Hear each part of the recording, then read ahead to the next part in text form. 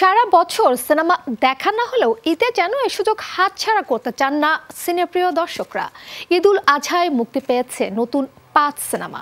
প্রথম দিন থেকেই তুফান ঝড় উঠলেও প্রেক্ষাগৃহ থেকে ঈদ বাজারে আওয়াজ তুলেছে বাকি সিনেমাগুলো। এক সপ্তাহ পর কেমন চলছে সেগুলো, বিভিন্ন প্রেক্ষাগৃহ ঘুরে মুক্তিপ্রাপ্ত চলচ্চিত্রগুলোর হালচাল জানার চেষ্টা করেছেন মারিয়া হোসেন। 100% কপার কন্ডেন্সারে তৈরি ভিশন ফ্রিজ, তাই গুণে মানে অটুট থাকে বছরের পর বছর।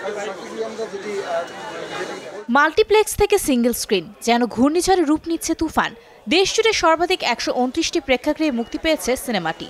দর্শক চাপে দ্বিতীয় দিনই প্রেক্ষাগৃহগুলোতে শো বেড়ে যায়। তুফানের সেই তাণ্ডব সপ্তাহে দোরগোড়ায় এসে থামেনি এখনো।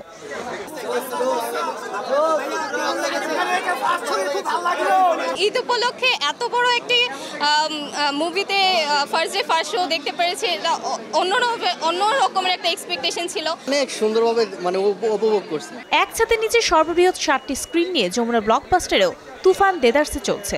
ঈদের দিন 6টি শো দিয়ে শুরু হলেও মাত্র 3 দিনের ব্যবধানে দৈনিক 14টি করে শো চলছে। চমক হিসেবে কোণঠাসা হয়ে পড়েছে হলিউডের মুক্তি পাওয়া নতুন সিনেমাগুলো। আমাদের প্রথম দিন থেকেই তুফানের প্রায় সবগুলো শোই হাউসফুল যাচ্ছে এবং আজকে আমরা প্রায় 13টি শো দিয়েছি, প্রায় সবগুলো শোই হাউসফুল এবং আগামীকালকেরও প্রায় 30 থেকে 40% অ্যাডভান্স টিকিট সেল হয়ে আছে। এদিকে ঈদে মুক্তি পাওয়া 5 সিনেমাই চলছিল ঢাকার মাল্টিপ্লেক্সের বিভিন্ন শাখায়। মুক্তির 5 দিনের মাথায় নামিয়ে দেওয়া হলো মোহাম্মদ ইকবালের রিভেঞ্জ ও মোস্তাফিজুর রহমান মানিকের ডার্ক ওয়াল। বলা হচ্ছে দর্শক চাহিদা না থাকায় নামিয়ে দেওয়া হয়েছে সিনেমা দুটি। অন্যদিকে লাইন ধরেও তুফানের টিকিট না পেয়ে ক্ষোভ জানিয়েছেন দর্শক। ফ্যামিলি নিয়ে দেখার জন্য আসছিলাম, কিন্তু খুবই দুঃখজনক যে এখানে 3 দিন আগামী 3 দিনও টিকিট নেই। তো আমরা টিকিট পেলাম না, আগামী 3 দিনেও নাকি টিকিট নাই। তুফানের বাইরে যতগুলো সিনেমা আসে সবগুলোর কোয়ালিটি খুব একটা ভালো না। তবে 2 সিনেমা নেমে গেলেও বাকি আরও 2 সিনেমা কিন্তু দর্শক আগ্রহ এখনো ধরে রেখেছে, যার মধ্যে অন্যতম নির্মাতা রাশিদ পলাশের ময়ূরাক্ষী। মাত্র 2টি প্রেক্ষাগৃহে মুক্তি পেলেও পরের সপ্তাহে হল সংখ্যা বাড়ানোর আশা করছেন নির্মাতা।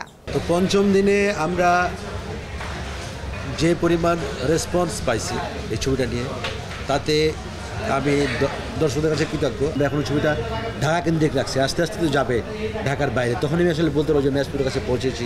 অন্যদিকে একেবারে শেষ সময়ে মুক্তির তালিকায় যুক্ত হয় পূজা চেরি অভিনীত আগন্তুক। মুক্তি পেয়েছে মাত্র 5টি হলে। সুমন ধর পরিচালিত সিনেমাটি শুধু মাল্টিপ্লেক্সে দেখা যাচ্ছে।